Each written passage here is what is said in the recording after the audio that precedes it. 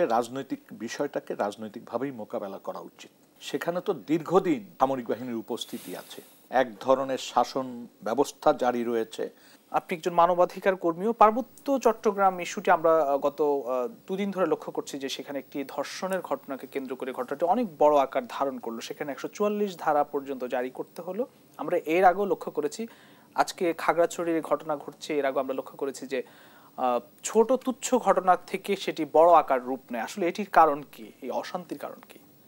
দেখেন, সারা দেশেরই তো একটা ব্যাপার আছে যে আমরা অসহিষ্ণু হয়ে যাচ্ছি, এক ধরনের অস্থিরতা আমাদের ভিতর কাজ করছে। সেখানে পার্বত্য চট্টগ্রামের অসহিষ্ণুতা বলি আর অস্থিরতা বলি, সেটা দীর্ঘদিন ধরে বিরাজ করছে এবং সেখানে এক ধরনের শাসন ব্যবস্থা জারি রয়েছে যেখানে আসলে মানুষের অনেক ক্ষেত্রেই মানুষের অধিকার লঙ্ঘিত হচ্ছে।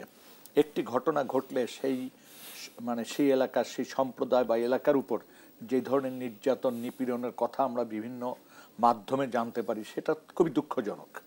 একটা দেশে, একটা স্বাধীন দেশে একাধিক ব্যবস্থা, এটা খুবই দুর্ভাগ্যজনক। এবং সেখানে তো দীর্ঘদিন সামরিক বাহিনীর উপস্থিতি আছে এবং সামরিক বাহিনী যখন দীর্ঘদিন একটা জায়গায় অবস্থান করে, স্বাভাবিকভাবে সেখানে কিন্তু সাধারণ মানুষের চলাফেরা বলেন, স্বাধীনভাবে কথা বলেন বা তার অধিকার নিয়ে কাজকর্ম করার কথা বলেন, সেটা সংকুচিত হয়ে যায়। এটা আমরা দীর্ঘদিন ধরে দেখে এসছি এবং সেই কল্পনা চাকমা থেকে শুরু করে এখন পর্যন্ত অনেক ঘটনা ঘটেছে। এই সাম্প্রতিক সময়ে বমদের ওখানে যে ঘটনাটি ঘটেছে, ওদের একটা বিদ্রোহী গোষ্ঠীর নেতা বা কর্মীদের গ্রেপ্তার করার ক্ষেত্রে দেখা গেছে যে সাধারণ বম পরিবারদেরকেও তারা ওখান থেকে উচ্ছেদ করেছে, অথবা তারা সরে গেছে, অথবা তাদেরকে আটক করা হয়েছে। আপনারা দেখবেন যে সাম্প্রতিককালে বেশ কিছু বম সম্প্রদায়ের লোক, বাচ্চা সহ যাদেরকে আটক করা হয়েছিল, সাম্প্রতিককালে সম্ভবত তাদেরকে মুক্তি দেওয়া হয়েছে। সম্ভবত বললাম, আমি নির্দিষ্ট জানি না। একটা বিষয় হচ্ছে রাজনৈতিক বিষয়টাকে রাজনৈতিকভাবেই মোকাবেলা করা উচিত।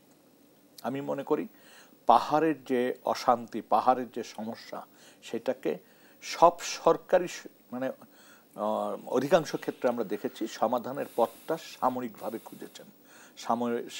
সামরিক অভিযান বলেন, সামরিক বাহিনীর কর্তৃত্বে সমাধানের পথ খুঁজেছেন।